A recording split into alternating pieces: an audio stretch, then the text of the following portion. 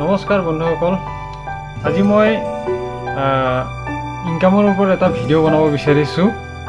এই ইনকামটো হৈছে নিজৰ ঘৰত থাকি ক'তো বাহিৰত নোযোৱাকৈ, মানে বেছি কষ্ট নহয়, আৰামত কৰিব পাৰে। এই ভিডিঅ'টো হৈছে যিসকলে চাকৰি মানে হাবাথুৰি খাই আছে, তেওঁলোকৰ যদি ঘৰত অকণমান মাটি আছে, তেওঁৰ যদি মনত মানে ঘৰতে ইনকাম কৰাৰ ইচ্ছা আছে, তেতিয়াহ'লে নিশ্চয় এই ভিডিঅ'টো মানে চাই লাভান্বিত হ'ব বুলি মই আশা কৰিছোঁ। আচলতে এই ইনকামটো হৈছে ব্ৰইলাৰ ফাৰ্ম। আপুনি ঘৰৰ কাষতেই যদি অলপ খালী মাটি আছে, তাতে আপুনি নিজাববীয়াকৈ বাঁহ, তিৰপাল আদিৰে মানে এটা ঘৰ নিৰ্মাণ কৰি তাত ব্ৰইলাৰ কোম্পানীৰ লগত কণ্টেক্ট কৰি আপুনি ঘৰতেই ব্ৰইলাৰ পোহপালন কৰি মানে মাহত 50-60ৰ পৰা লাখ টকালৈকে ইনকাম কৰিব পাৰে। সেইটো অৱশ্যে নিজৰ সামৰ্থ্য অনুযায়ী হয়। ইয়াত ল'ৰা ছোৱালী বুলি কথা নাই, সকলোৱে কৰিব পাৰে ব্ৰইলাৰ ফাৰ্ম। নিজৰ ঘৰতে থাকি নিজৰ ঠাইত ইনকাম, কোনো দূৰ ভ্ৰমণ কৰিব নালাগে। কোনো মানে এই কিছুমান আমাৰ গাঁৱৰ ল'ৰা ছোৱালীও আছে, সিহঁতে কয়লাৰ খনিত বহুত কষ্ট কৰিবলৈ যায়। গতিকে তেওঁলোকে যদি ঘৰতেই এনেকুৱা ধৰণৰ এটা ব্যৱস্থা কৰি ল'ব পাৰে, নিশ্চয় তেওঁলোকে স্বাৱলম্বী হ'ব পাৰিব। নিজৰ ঘৰত থাকি এটা শান্তিও আছে, নিজৰ পৰিয়ালৰ লগত থাকি।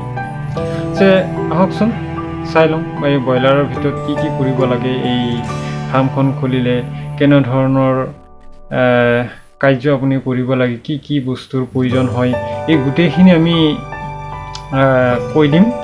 আপোনালোকে ভিডিঅ'টো চাব শেষলৈকে, আৰু আপোনালোকে মোৰ চেনেলটোক ছাবস্ক্ৰাইব, লাইক, কমেণ্ট, শ্বেয়াৰ কৰিব। আহকচোন ভিডিঅ'টো আৰম্ভ কৰোঁ। আমি আহিছোঁ এতিয়া বৰ্তমান এটা ব্ৰইলাৰ ফাৰ্মত। আজি এই ব্ৰইলাৰবিলাক কেনেকৈ ডাঙৰ কৰে আৰু কিমান দিনত কিমান কেজি হয় সেই বিষয়ে জানিম, আৰু ব্ৰইলাৰৰ কাৰণে কি কি কৰিব লাগে সেয়াও আমি জানিম। আপোনালোকে দেখিছে এয়া ব্ৰইলাৰ, বৰ ডাঙৰ ডাঙৰ ব্ৰইলাৰ। দেখাত কিন্তু সৰু সৰু লাগিছে, কিন্তু ইয়াৰ ওজন প্ৰায় 2 কেজিৰ পৰা 3 কেজি। কিমান দিনৰ মূৰত মানে সময়সীমা কিমান, সেই বিষয়ে আমি জানিম অলপ পিছত। যিসকল বন্ধুৱে ব্ৰইলাৰ ফাৰ্ম খুলিব খোজে নিশ্চয় পাৰে। অতি সুন্দৰ, অতি সহজ, তাৰ কাৰণে বৃহৎ বিল্ডিং নালাগে, অতি কম খৰচতেই হয়। আপোনালোকক মই প্ৰথমে ঘৰটো দেখুৱাম। এটা দীঘল ঘৰ, ইয়াৰ ভিতৰৰ চৰা দেখুৱাইছোঁ মই। ইয়াত কেৱল বাঁহ দেখিছে, বাঁহেৰে নিৰ্মাণ কৰা হৈছে। ওপৰৰ চালিটো ধান খেৰ আৰু তিৰপাল, ইমান কষ্টলি নহয়। ব্ৰইলাৰ পোহপালন কৰিবৰ কাৰণে কি কি লাগিব আমি কৈ দিছোঁ। প্ৰথমতে লাগিব আপোনাক অলপ মাটি, আধা বিঘা, এবিঘা, আপোনাৰ যিমানখিনি সম্ভৱ, আৰু সেই অনুযায়ী আপোনালোকে কৰিব পাৰিব। তাৰপিছত লাগিব আপোনাৰ বাঁহ। আপুনি বাঁহেৰে নিৰ্মাণ কৰিব পাৰে ঘৰটো। ব্ৰইলাৰ ক্ষেত্ৰত যথেষ্ট সুবিধা দিবলগীয়া হয়, কাৰণ তেওঁলোক বৰ গৰমী বস্তু। তাৰ বাবে এনেকুৱা এটা ঘৰ বনাব লাগে যাতে যিটো ঘৰত মানে বায়ু প্ৰৱেশ কৰিব পাৰে, আৰু যাতে ৰুমটো ঠাণ্ডা হৈ থাকে, এনেকুৱা এটা ব্যৱস্থা কৰিব লাগে। আৰু নিশা যথেষ্ট পোহৰৰ প্ৰয়োজন হয়, কাৰণ পোহৰতহে তেওঁলোকে দানাবোৰ খায়। আন্ধাৰত তেওঁলোকে খাবলৈ টান পায়, মানে অৰ্থাৎ নেদেখেই। সেইকাৰণে ৰাত দিন ইয়াত পোহৰৰ ব্যৱস্থা কৰা হয়। ইয়াত লাইট আছে, প্ৰতিটো ইয়াৰ লাইট, আৰু ফেনৰ ব্যৱস্থা। ফেন চলি আছে, কণ্টিনিউ ফেন চলি আছে। ব্ৰইলাৰবোৰ চাওঁ কি আজাদী, বিন্দাছ খাব পাৰে। বিন্দাছ খোৱা আৰু খোৱাই কাম, দিন ৰাত সমান। এয়া দানা, ব্ৰইলাৰ দানা হয়। আৰু কাষতেই আছে পানী। সম্পূৰ্ণ সুবিধা দিয়া হৈছে দানা আৰু পানী। ব্ৰইলাৰবোৰৰ একো কাম নাই, খালি খোৱা আৰু খোৱা। সেইকাৰণে অতি কম সময়ৰ ভিতৰত তেওঁলোক ডাঙৰ হয় আৰু মালিকৰো উপাৰ্জন হয়। বন্ধুসকল, আহকচোন আমি মালিকৰ সৈতে কথা পাতোঁ। দাদা নমস্কাৰ। আপুনি ব্ৰইলাৰ যে পোহপালন কৰিছে, কিমান কষ্ট কৰিবলগীয়া হৈছে কওকচোন অলপ। কষ্ট হয় বহুত। বহুত কষ্ট হয় না। কৰ্মচাৰী ৰখা নাই, নিজে কৰিছে নিজে? তেতিয়াহ'লে কষ্ট মানে ডাবল কৰিব লগা হৈছে। আচ্ছা, আপোনাৰ এই ঘৰটো কিমান দীঘল আছে ইয়াতে? 110 ফুট আছে। অঁ, আৰু বহলটো 25 ফুট। ইয়াত বৰ্তমান ব্ৰইলাৰ কিমান আছে? 1900 মান আছে। কমকৈ বহে না। আপুনি যে ব্ৰইলাৰ পোৱালি আনিছিলে, কিমান দিন হৈছে ইয়াত? এতিয়া 38 মানে দিন। বন্ধুসকল গম পালে, 38 দিনত ইমান ডাঙৰ হৈছে।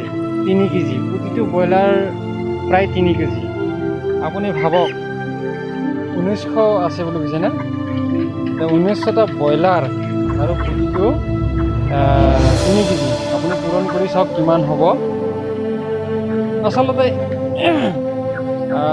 এতিয়া কাৰেণ্টৰ কথালৈ আহোঁ। ইয়াত যথেষ্ট মানে এনেকুৱা কি কৰিবলগীয়া হয়, ঠাণ্ডা প্ৰদান কৰিবলগীয়া হয়, বায়ু মানে দিবলগীয়া হয়, হয়নে নহয়? তাৰ কাৰণে ফেন লগাইছে। কিমানটা ফেন লগাইছে? কমেই আছে, 3টাহে আছে। 3টা আছে। 3টাৰে কভাৰ হৈ যায়? হয় আৰু। আৰু ইয়াত লাইট 24 ঘণ্টা ব্যৱহাৰ কৰিব লগা হয় নেকি? মানে দিনততো নহ'লেও হয়, ৰাতি বেছি প্ৰয়োজন হয় ন? দিনত কমকৈ হ'লে হৈ যায় তাৰমানে। তলত ইয়াৰ ব্ৰইলাৰ পোহাৰ কাৰণে কি কি কৰিব লাগে কওকচোন অলপ।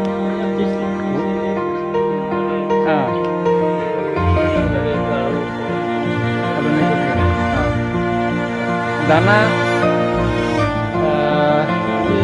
কিমান দিন ক'লে? 38 দিন। 38 দিনত কিমানমান পেকেট, মানে কিমানমান দানা প্ৰয়োজন হৈছে?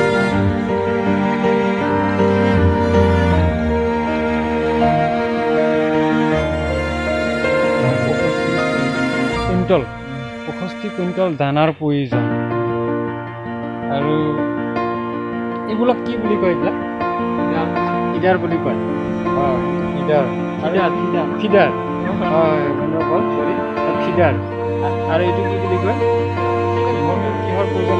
মানে বাঁহ আৰু তিৰপাল আৰু কি ধান খেৰে মানে প্ৰস্তুত কৰি ল'ব পাৰি আৰু নিজে নিৰ্মাণ কৰি ল'ব পাৰি। গম পাইছে?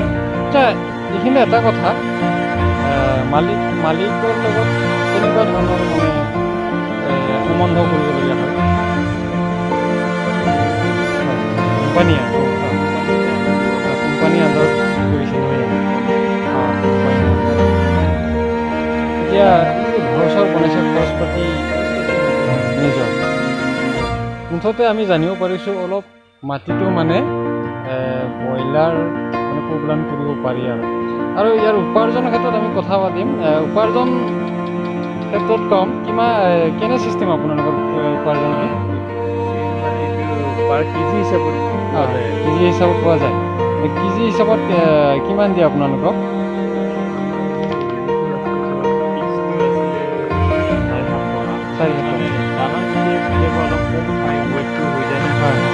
ৱেটটো বেছি আহিলে তেতিয়া অলপ বাঢ়ি যায়গৈ।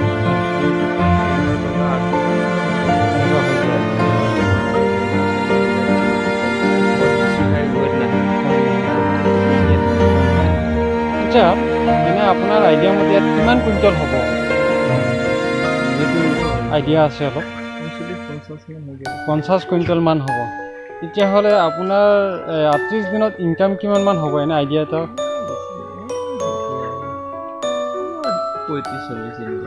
35-40 হাজাৰ টকা। বন্ধুসকল গম পালে যে ব্ৰইলাৰ পোহপালন কৰি 38 দিনত আমি 38,000 টকাই ধৰিছোঁ।